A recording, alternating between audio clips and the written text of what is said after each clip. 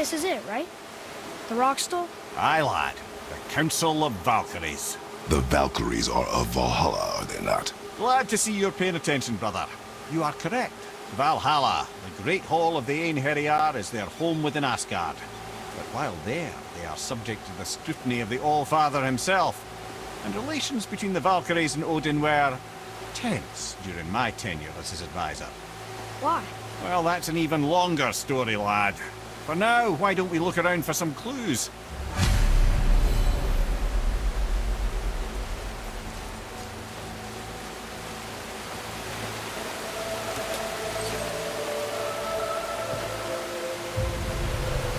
Whoa, you're back.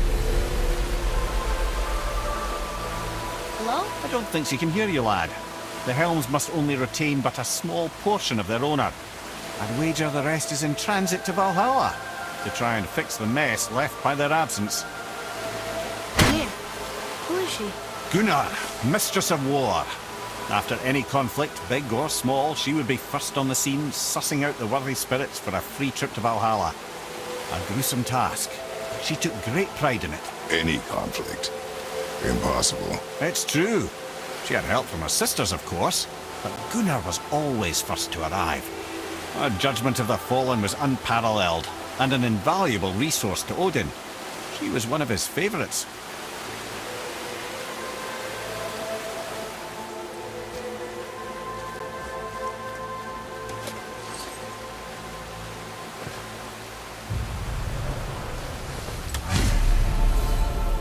Ah, Gondul. Beautiful Gondul. And? Huh? That's it? Beautiful Gondul? No story or anything? Oh, sorry, lad. The sight of Gondul always took my breath away. Gondul had a silver tongue, a sharp wit, and struck a figure so stunning it literally drove men insane.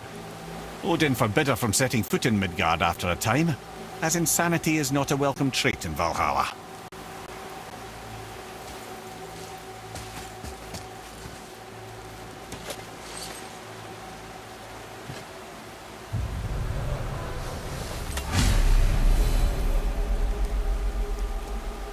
This is none other than Geirdriful, the Master of Arms in Valhalla, responsible for arming and training Odin's Einherjar. His what? His army come Ragnarok. The entire reason Valhalla exists, you see. The Einherjar wait in the Great Hall endlessly, feasting, drinking, and fornicating themselves silly. Once Ragnarok begins, Odin calls them into service to fight on his behalf. Geirdriful had her hands full training that lot.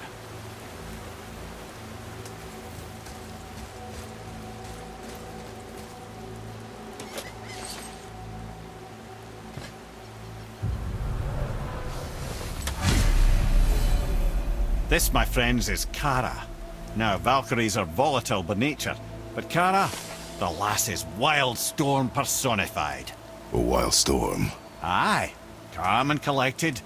Then the air would shift and the fury of her storm would unleash. 'Twas beautiful in a way, assuming you could find proper shelter. Her tears would cleanse the blood-soaked battlefields.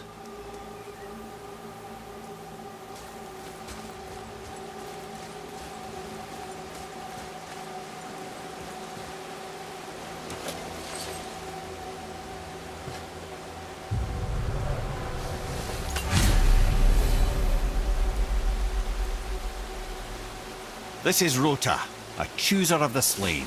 I thought all the Valkyrie did that. Not exactly, lad. Although that is what they're most famous for, and by far their greatest responsibility. You've seen what happens to the dead without the judgment of the Valkyries. Hellwalkers. That's right. Rota, Gunnar, Skuld. Without them to clean up the aftermath of battle, hell overflows with souls meant for Valhalla. A sorry state of affairs.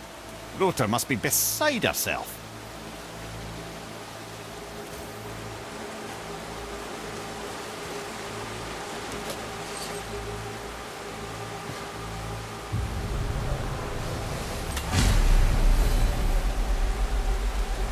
Ah, here we have Air, the healer. A Valkyrie healer? Strange. Air was strange, as a matter of fact. Very quiet, very calm. where her sisters were violent rapids, there was a gentle stream. She healed the wounds of both mortals and gods, and even a certain all-knowing sage who once drank too much and fell off a mountain. Not my proudest moment.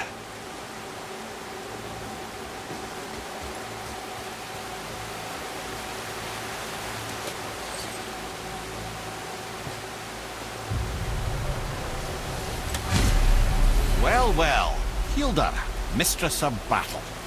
She and Odin got on quite well, actually. Her and the other Valkyries, not so much. She would spend most of her time here in Midgard observing discord between the living, and sewing some up herself from time to time. She lived for conflict. Some say she was conflict personified. I wonder what will become of her now that she's free.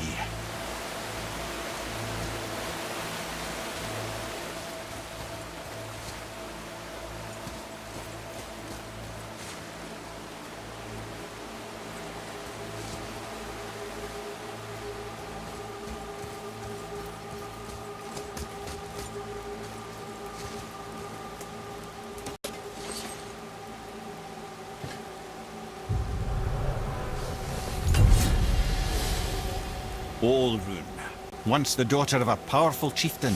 She fell defending him during a Reaver attack. Olrun was escorted to Valhalla, where she chose to devote her afterlife to the pursuit of knowledge above all else.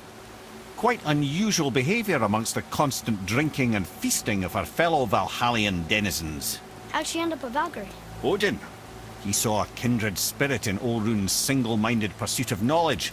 He appointed her as the Valkyrie's resident historian.